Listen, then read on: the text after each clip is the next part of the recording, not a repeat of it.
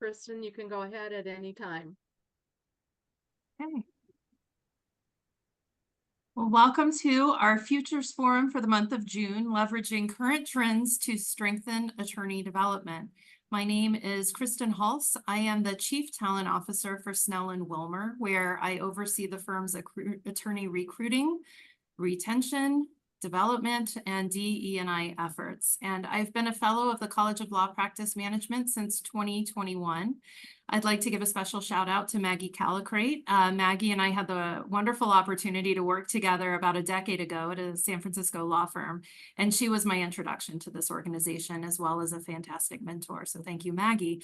I graduated from law school about 20 years ago, and the arc of my career has included time spent both in law firms as a practicing lawyer and in business services roles, as well as time in law school on both career development and experiential faculty sides of things. And a passion project of mine has been to greater synthesize law school and legal practice to maximize attorney learning and development. And throughout the past 20 years, I've been fortunate to connect with some true innovators and thought leaders in this space.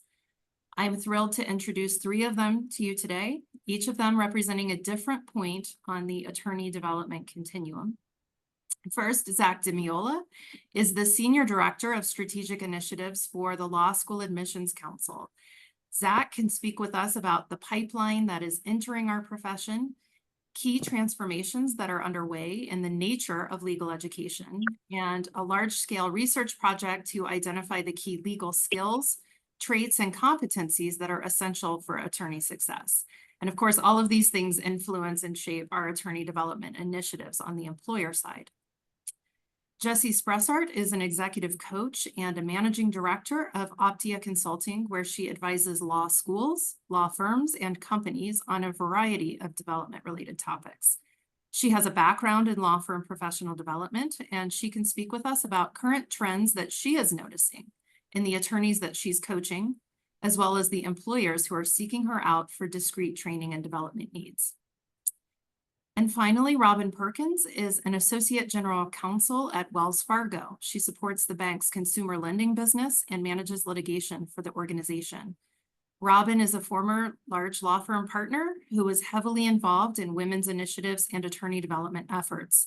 And Robin is here to provide the client perspective on attorney development needs and initiatives as an ultimate end user of our training and support. It goes without saying that we recognize many of you on this call are also on the front lines of these issues, and we very much welcome your input and guidance as well. This is intended to be an interactive discussion, so don't hesitate to jump in with your thoughts. You can raise your hand or just unmute or type some comments in the chat. All are welcome to contribute here. So as you all know, the legal profession is not static. Even if it seems at times we're pretty slow moving, we're always in the midst of new human and technology-oriented developments, all of which are shaping the nature of the services that we're providing and how we train and support our people and, by extension, our clients. Law schools are changing curricular requirements. The demographics of the lawyer population are changing. Technology innovations are yielding new efficiencies and introducing new skill sets. And DE&I and wellness are increasingly priorities for our employees and our clients. So we thought it would be a good use of an hour to examine these influences and how they are in turn influencing attorney development needs. So let's begin at the beginning with Zack. Zack, what are some emerging trends in legal education that you're noticing that will shape the next generation of practitioners? Yeah, thank you, Kristen. One thing that's happening right now is there's a real shift in emphasis on skills. And what I mean by skills is our traditional legal education structure is based on these high cognitive abilities, right? The critical thinking, the how to think like a lawyer, that legal reasoning that has really been dominant in the curriculum of law school. And that's the traditional structure that students go through. And I think in the past, law schools relied on the profession to provide training and upskilling in the actual skills, as opposed to the knowledge acquisition, the substantive and procedural law that you learn in law school and the way to think about that law.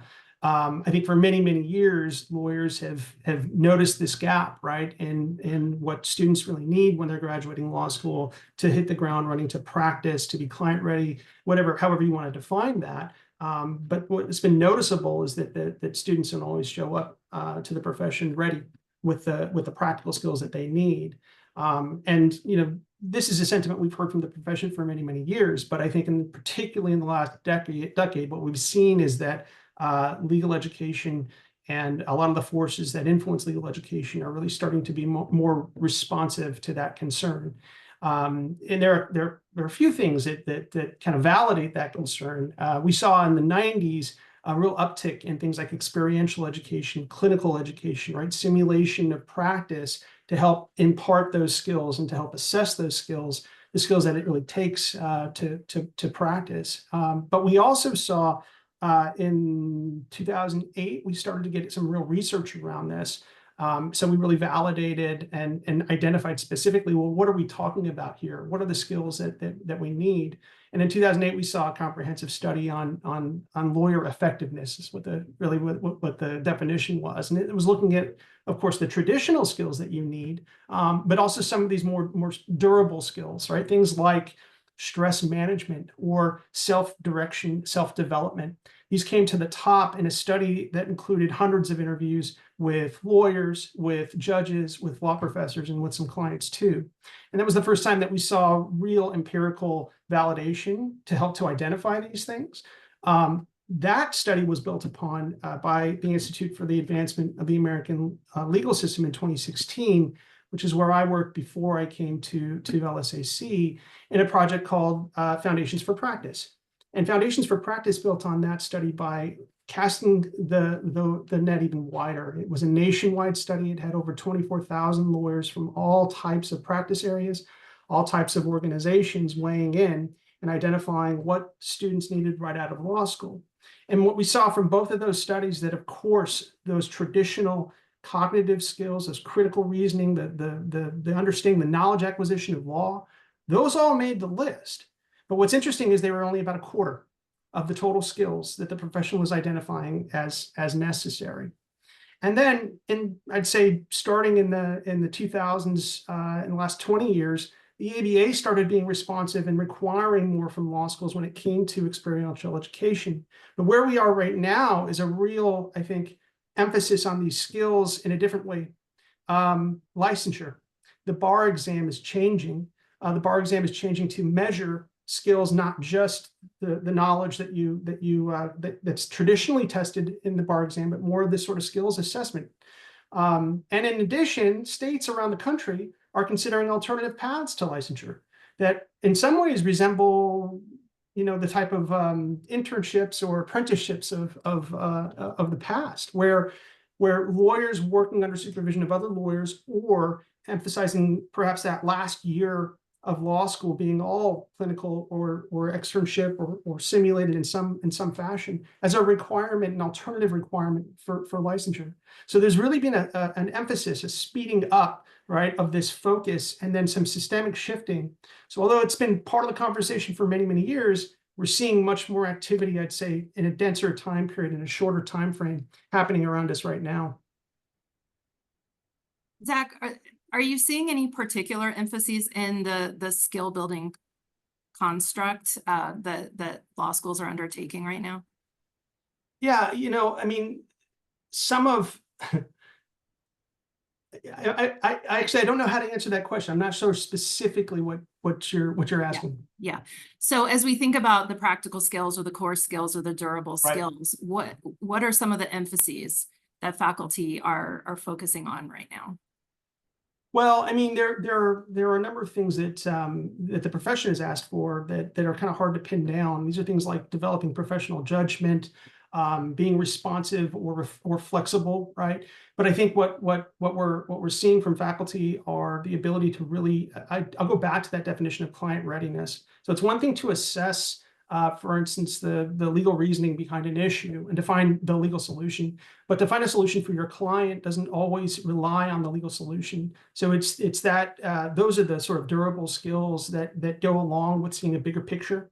being solutions oriented and strategic in your thinking, and being responsive to the needs of that client. So this client service aspect of things is really important, and you can start to see that in different clinics and externships too, allowing students to have a different type of experience. And one thing we see in these simulated programs are, some law schools have been bringing in actors, right? If they can't actually have a clinic, or they'll set up a scenario where the students will compete against one another to do these kind of things. So it's that client readiness, I think, that we see, but it's also the ability to navigate, right? To navigate not only the process, but to navigate the problem in a more strategic way, bigger picture thinking, and empathy.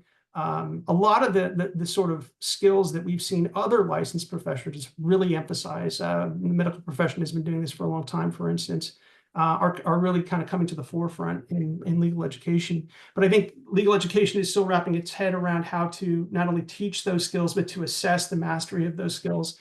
And then students really have to struggle with demonstrating those skills to future employers too. Thanks. And I'll jump over to Robin in just a second to get her thoughts on what client readiness means. But Zack, your comments and explanation are really underscored by some recent data. I saw a survey recently from Major Lindsay in Africa of junior associates at law firms, indicating that 45% of them felt that law school failed to prepare them for practice. And some of the deficiencies they noted were that they felt that the legal education was disproportionately focused on litigation. And also there was just a lack of training in actual real legal work. So I think that reinforces the need for changing curriculum in law schools, and perhaps gives some good guideposts for faculty to consider as they're revamping the curriculum. So thank you. And when I've seen some comments too, I just wanted to say that some of the comments here are suggesting that there's sort of more on the business side, the practice management skills, right? So maybe not just the client, but how do you run your practice? How do you understand how to do those things? And I've heard it once characterized that what lawyers really need to do is to not only learn how to be a lawyer, but maybe also be an entrepreneur and a social worker too, in some instances. Jotting that down. Thanks. So as you talked about client readiness, Robin, I'm curious to hear your perspective as, again, the end user, someone who is retaining lawyers to help you navigate your organization's legal challenges. So what are some essential client service or client readiness competencies that you're seeing? Yeah, so I like that end user moniker. And I'll just build on what Zack has been saying, because Zack, you've touched on several of these, but for us, all of our attorneys are really smart, come from really good schools, and they have those analytical, substantive, critical thinking skills. But at the end of the day, I am looking for someone, and I am going to go back to my attorneys that are, since they're all doing that, but what are they doing above and beyond that just really helps me and helps us support our business.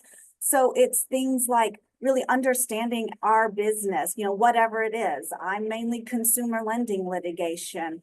But understanding whatever your client is doing, what are the challenges that they are facing? What are other issues outside of the specific litigation? Lawyers have a tendency, and I see it all the time with our outside counsel law firms, just to be so focused on the litigation at hand and all the procedural issues and just what is happening there. But there's so many other things swirling in the background with the business. And so to the extent that you can understand, other concerns and challenges that the business is facing and other external challenges that the business may be facing, to help, as Zack kind of mentioned, a bigger picture strategy or other ways to solve problems and think about a resolution that isn't so litigation focused or, legal focused, if it's some sort of mergers and acquisitions issue. Another thing that's really important for me and for in-house lawyers is we need our outside counsel who can explain things simply and plainly and without all the legalese and all the jargon, because sometimes your in-house lawyer is not going to know it as well as the outside lawyer does, but also the clients themselves, the business people, do not know that.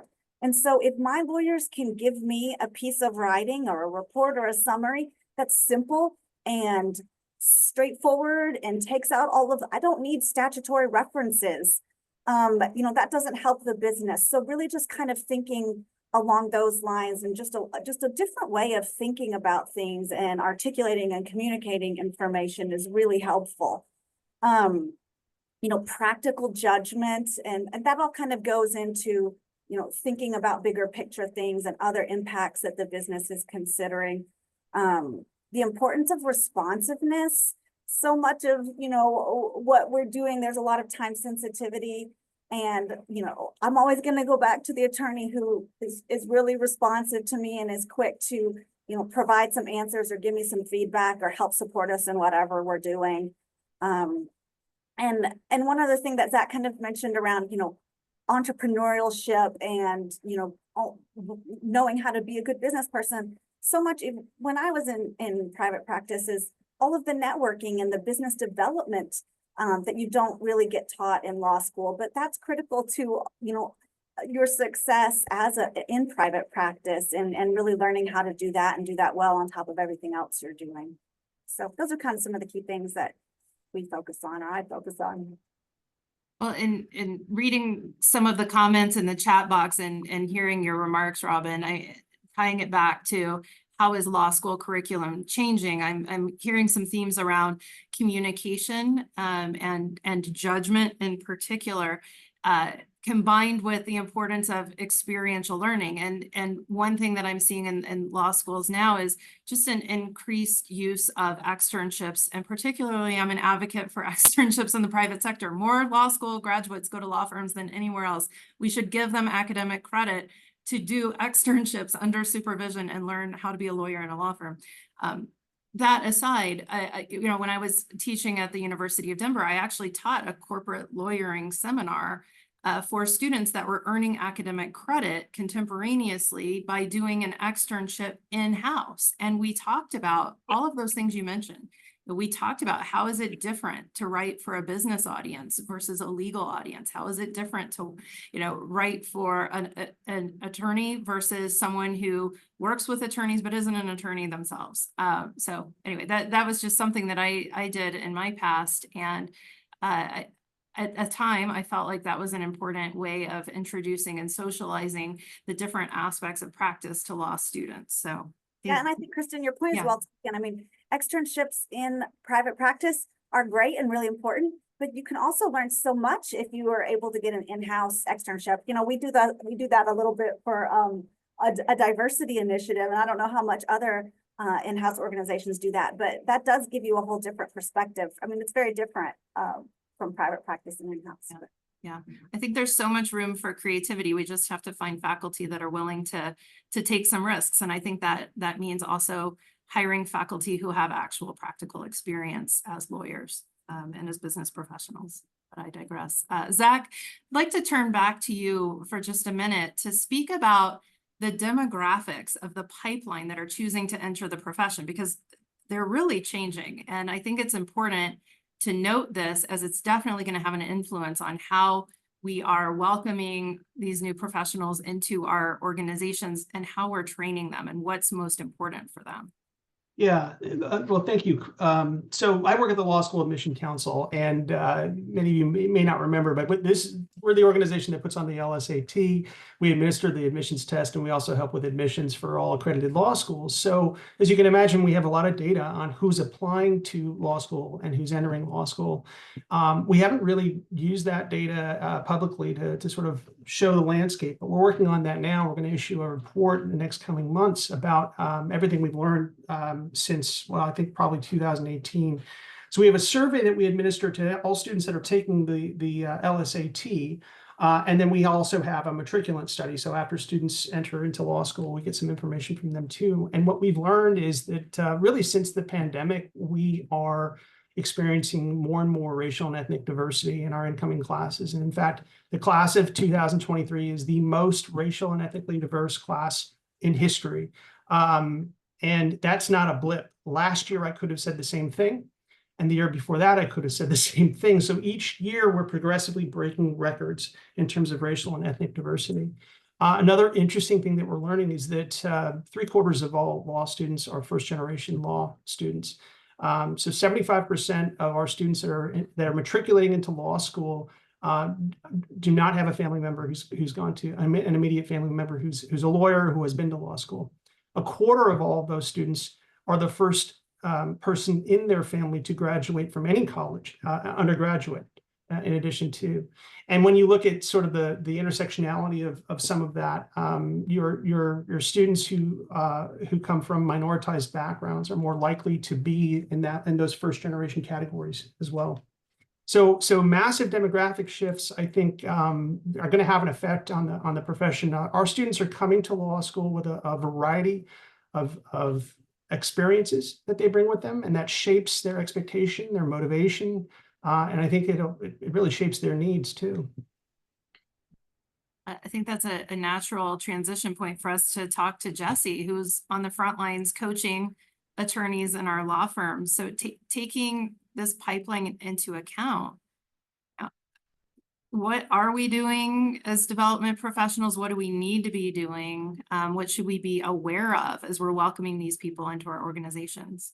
Yeah, absolutely. So first of all, I think it's really important to remember that this is a shift for everybody. So as new folks are coming in with these different backgrounds, not having the experience that perhaps their forebears, previous incoming classes have had, firms need to be responsive to that and not just continue to do things the way that they've always done them. So there's really a need and a push from the firm side to be rethinking, what do our young new associates need to be successful?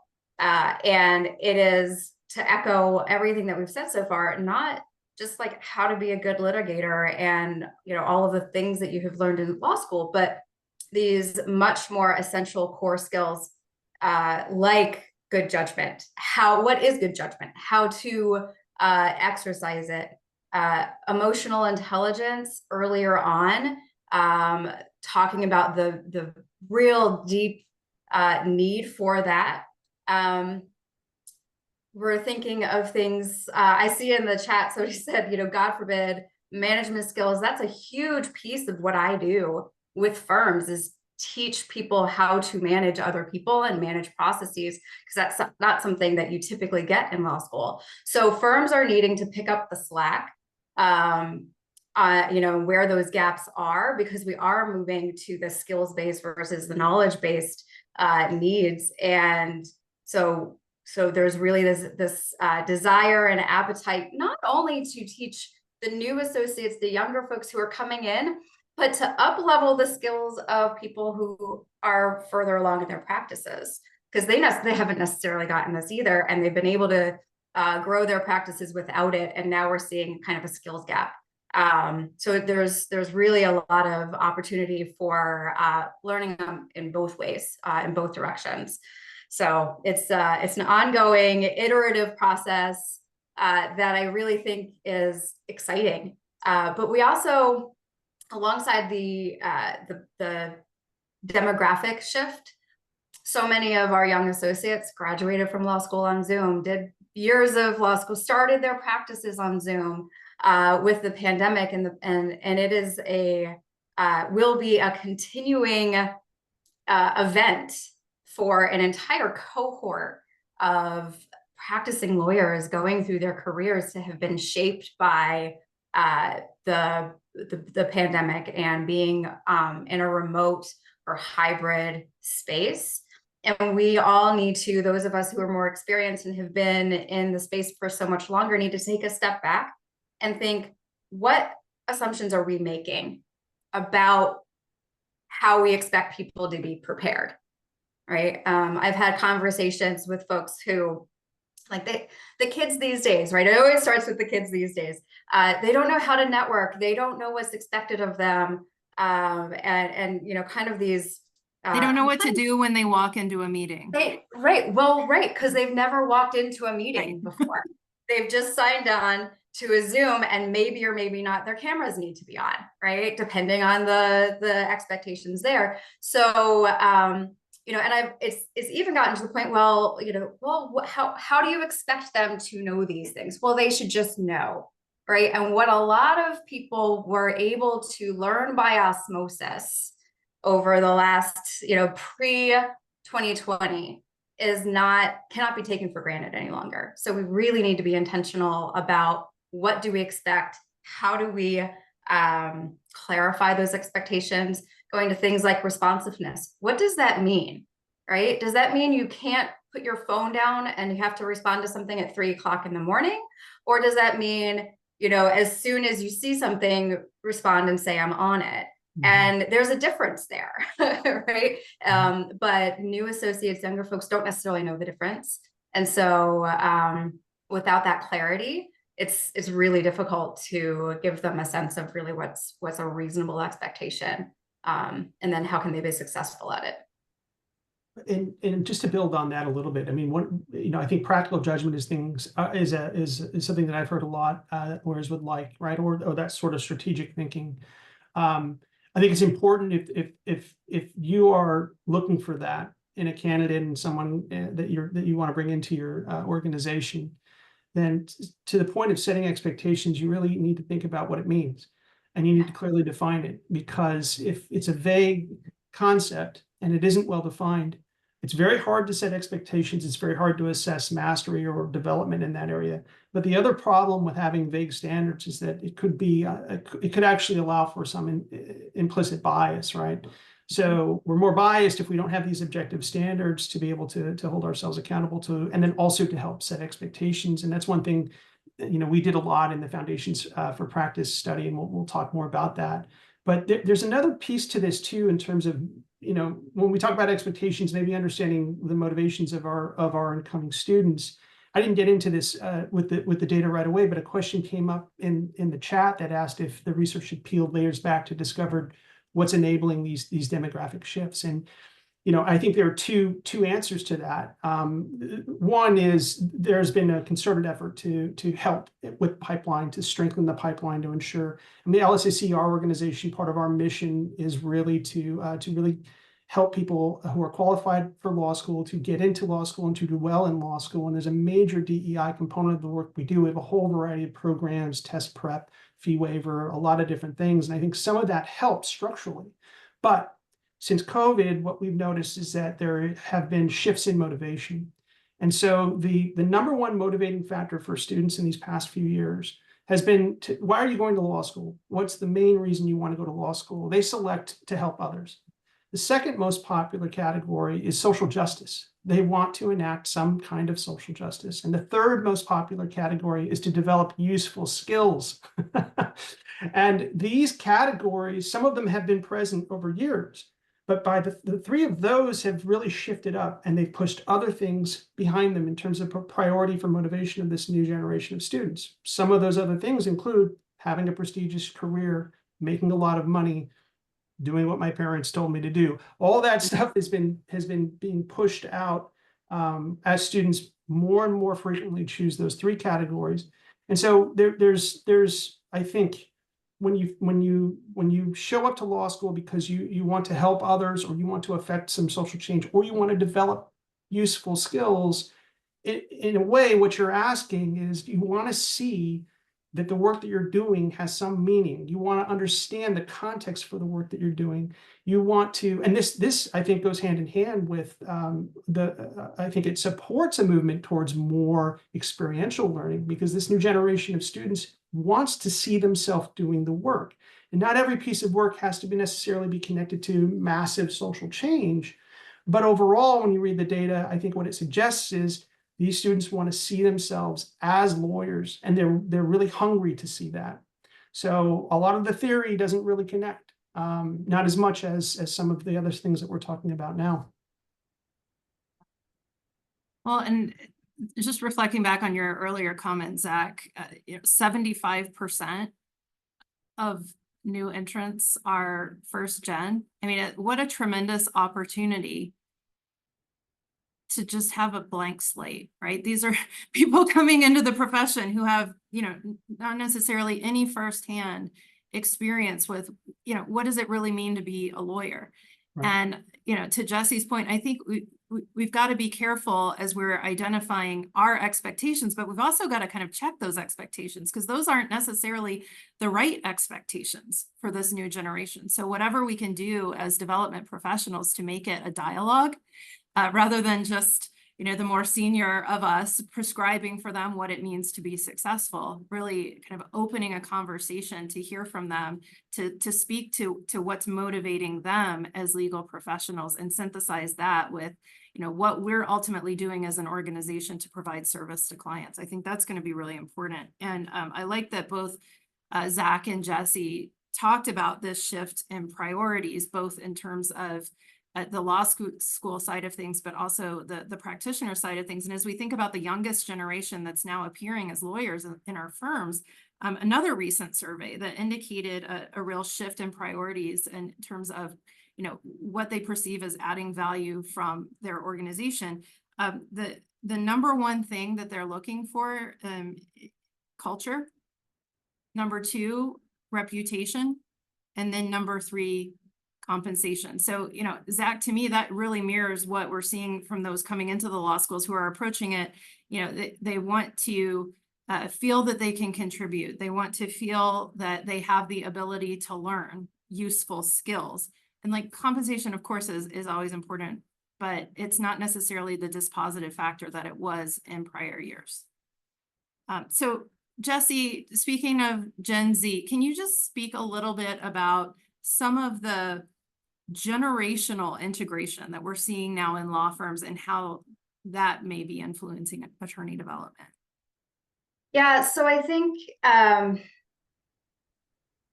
I talked about this a little bit already, but it is so important to be intentional for those of us who are already in the legal organization, whatever that might look like, whether, you know, it's an in-house or a law firm, private practice, but to be really intentional about making sure that everybody gets to be seen and heard, right? So Gen Z folks who are coming in have spent a lot more time expecting to be heard, expecting, you know, having their voices raised.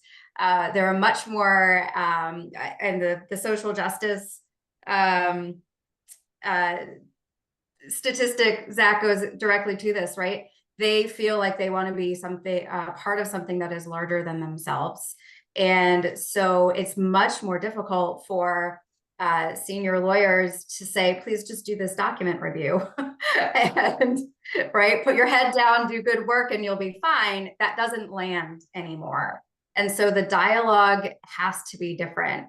And so from the perspective of how are we integrating associates, how are we making sure that we're creating space for them to be successful and not putting up obstacles for all of these new folks who have, you know, don't have this background in the law. We really need to be training them in management skills. We really need to be leveraging the entrepreneurial mindset that so many of them have.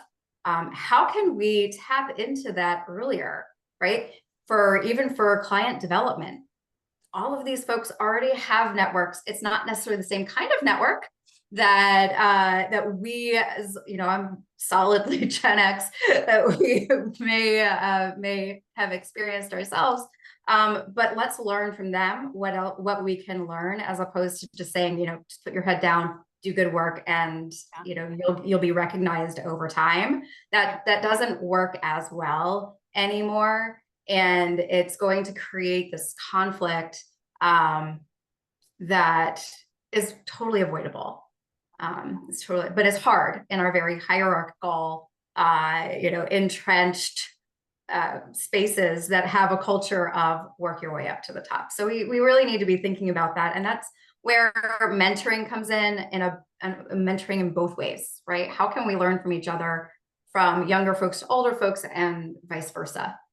There's a lot of opportunity there.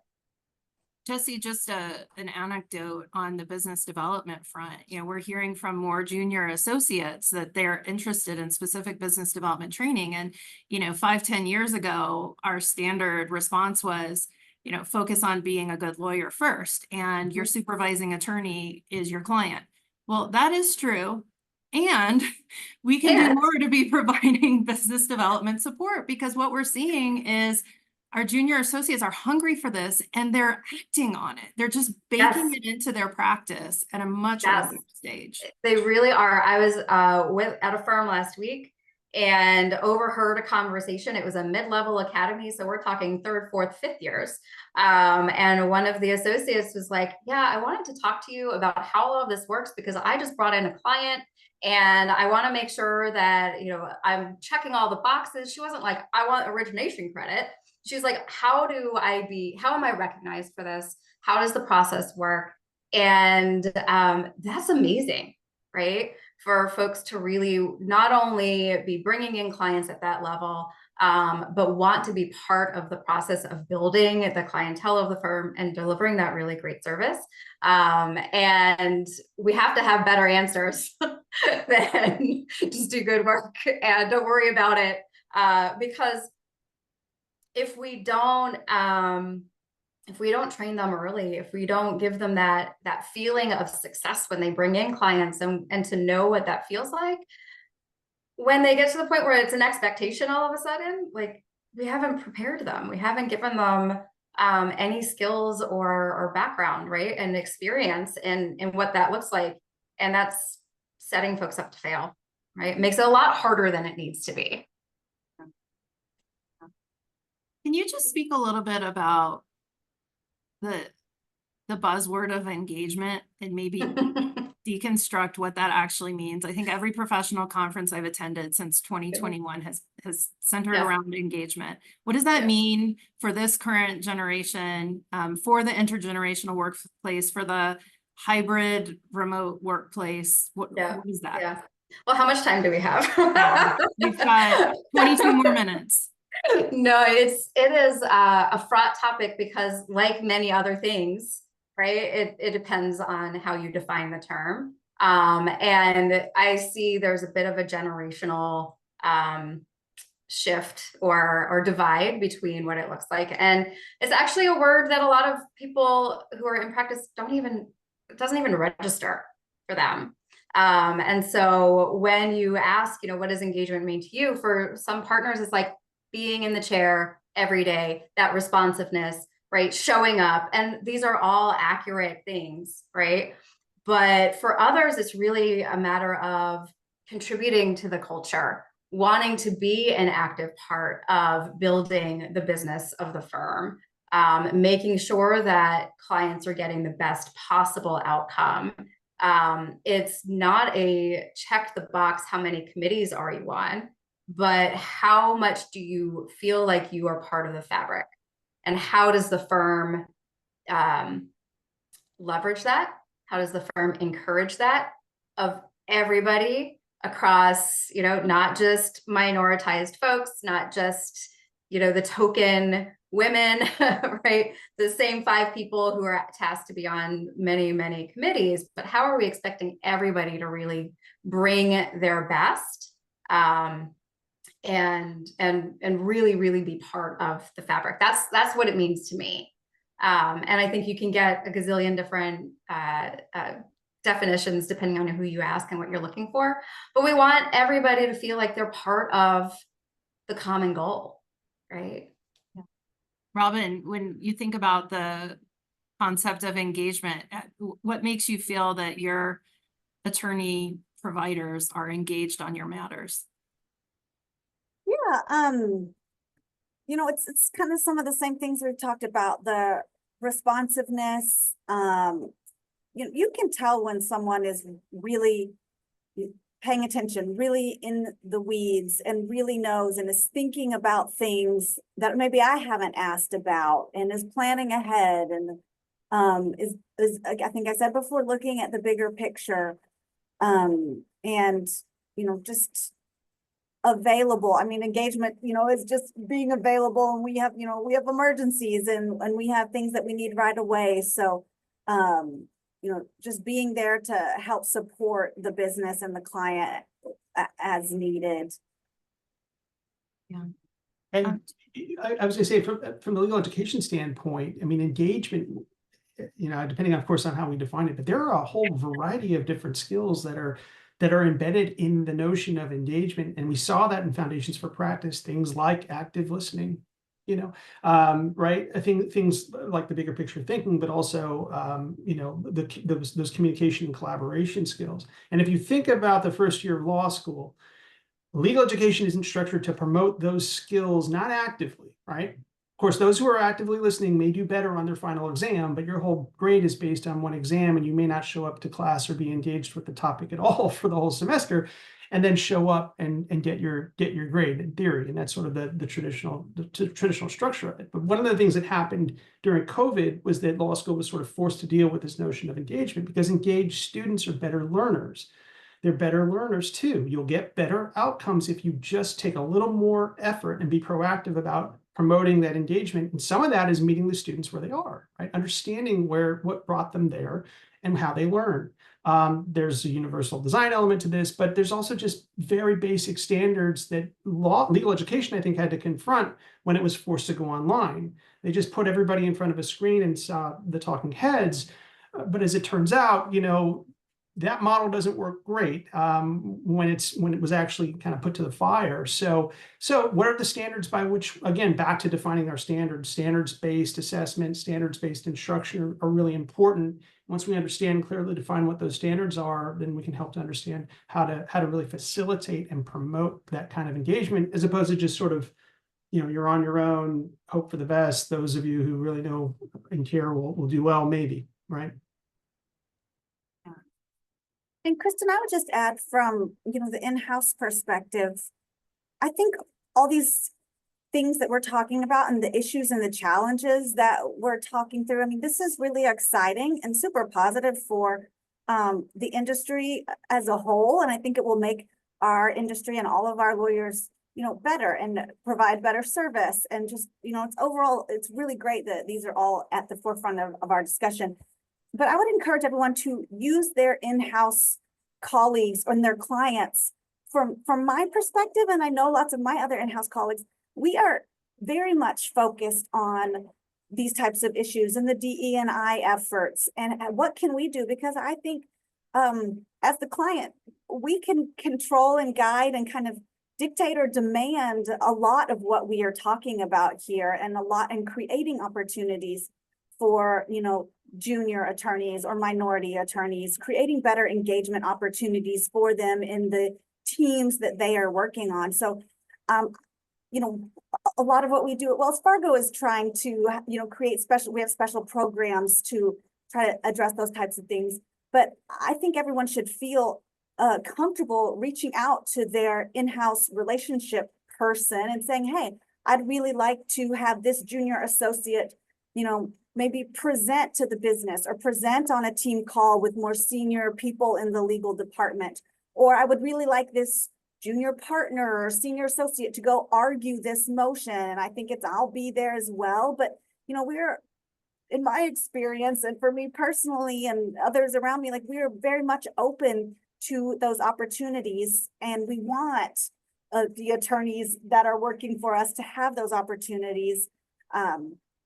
But sometimes we just need you to push us and remind us and ask us about those things. So, please come to your clients and talk to them about these issues and raise opportunities and suggestions for how we can help you guys, bring up this younger generation and give the opportunities and create, the engagement or the special things that they can be doing to add value and to give them opportunities to learn. I love that, Robin. Thank you for that prompt. I think we can all be revisiting the ways that we do things and the opportunities that we're providing our people. I think of engagement just as its core, kind of the definition. It's some kind of connection, right? And we connect with our work, and we connect with our colleagues, and we connect with our clients in a variety of different ways. And there's room for all of that. And to echo Andrew's points in the chat, disengagement, that should not automatically be correlated with poor performance, because it's just not. And so I just invite us to all kind of think about what our perception of engagement is and how we're nurturing that. And just on the programmatic point, Robin, synthesizing some things that you said and some things that Jesse said, we're always thinking in-house about revamping our professional development programs. This year, for the first time, we ran a mid-level academy for 4th and 5th year associates, recognizing that most of them either graduated law school during the pandemic and or had their first or second year of practice take place over Zoom. So we wanted to very intentionally create an opportunity for them to come together and build an in-person cohort and build relationships across the firm. We totally revamped our orientation for our first year associates. We used a lot of the data that Zack talked about in the Foundations for Practice project, where we've spent our orientation focusing on kind of those critical core skills and how to demonstrate those, what those look like in practice. And everything was through that lens rather than, a parade of firm leadership coming in and dictating to the first years, what it means to be a lawyer. So, just share those as a few examples for how we're trying to be nimble and kind of meet our audience where they are and take into account their experience and their priorities and their mindsets. Before we shift to a discussion about technology, because that's so important. I just wanted to ask whether any of you have anything further you'd like to share in terms of attorney wellness or DE&I, because certainly at my firm, and I know at many firms, those are increasing focuses those really have the power to shape how an attorney is experiencing being an attorney in this profession. Well, I can jump in and talk about what we know about law students. Sure. So, because there was a study that was published, Jerry Organ and David Jaffe and a few, Catherine Bender, a few professors put together a survey, and they were updating a survey from 2014. And it had some pretty striking findings. And I mean, the sort of the rate by which students are entering law school with traumatic experiences, with undiagnosed post-traumatic syndrome disorder, with anxiety and depression, all these things had increased dramatically from the time of their 2016 report.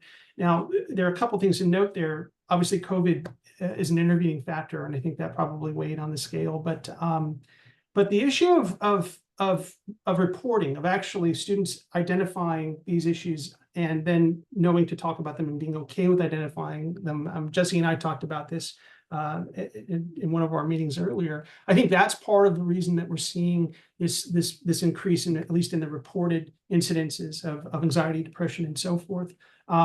But fundamentally, what we know is that our students, as they're entering law school, are already showing up with a whole variety of health and well-being challenges, and they're putting themselves in a circumstance that is very, very challenging to that environment. That environment is challenging to begin with. It isn't exactly structured in a way that helps them to navigate those issues. I think the profession is doing better and much more aware of this. Law schools are also doing better and more aware of this, but we're starting out at a place where already, something like a third of our students have experienced severe trauma before coming to law school. What happens between law school and graduation is a whole another thing before they get to the profession. Yeah, I'll add on to that. When we're thinking about the sheer increase in people who have talked about and are disclosing their mental health challenges, that's in my opinion, it's a very good thing, because we want people to be able to be whole and bring them in their entire selves to work, and to be statistically speaking, whether or not it's disclosed, right? There is a large percentage of people in firms who are dealing with mental health challenges and are being very successful at their careers and managing their stress and doing everything that they need to do that. So it is possible, right? And we need to show those paths instead of treating people who are disclosing and sharing their challenges as pariahs or people who can't do the work, who can't hack it, right? So we have to change the stigma. We've got to reduce that stigma. We've got to really emphasize that you can be successful. And we need to change the way we approach well-being. So we saw a huge shift again during COVID, focusing on attorney and legal professional well-being. And it's all to the good, in my opinion. But I have seen a little bit of a, I wouldn't say a backlash, but perhaps like a little bit of a retrenchment over the last 6 to 9 months. In addition to doing a lot of things around management skills, I focus a lot on mental health and well-being. And it's the message I'm hearing from firms when they ask me to come in and talk about cultivating well-being and focusing on your well-being is how do we help them do that, despite the fact that this is a very stressful space, as opposed to how do we make people happier? how do we change the organization to support people? And it's more, how do we get people to fit into the organization? And so there's really been a little bit of a shift in messaging when I'm talking to firms. And I don't think the answer is all that much different. We have to support people where they are. We have to make sure that they have resources.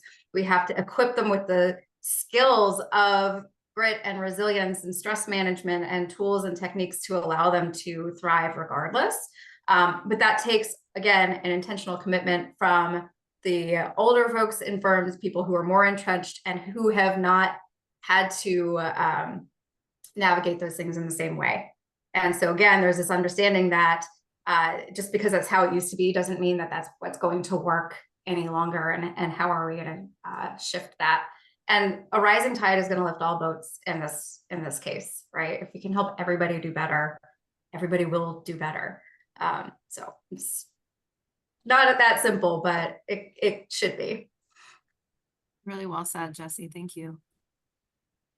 So in our remaining time, I'd like to shift to a discussion on the impact of AI on client service. And I know this is a huge topic and we're not even going to be able to scratch the surface. So I'd offer that perhaps we use the lens of those durable skills that we mentioned at the outset. Can AI replicate those, or how can AI augment the lawyer's skill set while preserving the durable skills that bind us to our colleagues and to our clients?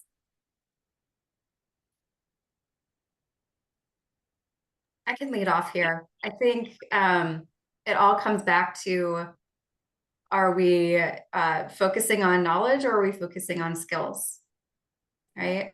So with AI, it can be really great at going through all of the legal statutes and citing things. And of course, we have to double check to make sure that they're not making things up. But what AI can't do is create human connection and build those relationships and create those create engagement, right, between attorneys and their clients, and think of those outside the box solutions that Robin was talking about that may or may not actually be a legal solution, but is going to go the extra mile, right? So AI, I think, is going to change a lot of how things are done on a technical level, but it's not going to change the fact that this is a relationship focused business, and we can't do that with just AI. So we really have to lean into the relationship building and the connection and those essential skills of how to do that. Jessie, I think you say that really well. I mean, so much has changed in this industry over the past 30 plus years, but the relationship building and that being the key, and the trust that has to come between the client and the attorney. I mean, this, typically this is a very sensitive area and there's lots going on if you're retaining a lawyer, and for our business, it's incredibly important. So I don't think we're to the point where we would just throw out the significance of those relationships. And I think that's still going to continue to be critical, and that's not going away. And the trust that you build up through all of that over years. But there are going to be things that will help make the profession more efficient, more cost effective. There's a lot we can do now with data collection and reviewing of documents and data and moving through that much quicker. And that's helpful. So I think it's going to be incumbent upon attorneys to really be able to identify what in the AI space really is a value add for the client and does save the client money, and where can attorneys focus their efforts instead on the strategy and the real judgment, and like we've talked about, solving problems. maybe a robot can do that, but at some point, but I don't know if that's ever going to be the case. And there's also, this having attorneys have relationships with the opposing parties, counsel, and knowing the judges. I don't know how you replicate that, with AI.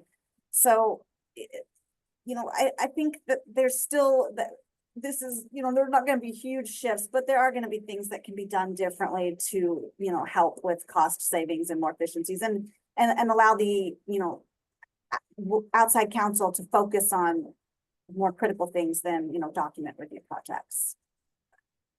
Yeah, I really like that. And I just want to, Jesse's point about knowledge, right? Knowledge acquisition versus the skills, I think is take us all the way back to the beginning of this conversation. And AI has already passed the bar exam. Does that mean that we should be licensing that algorithm to be practicing law? Not at all, not by any stretch.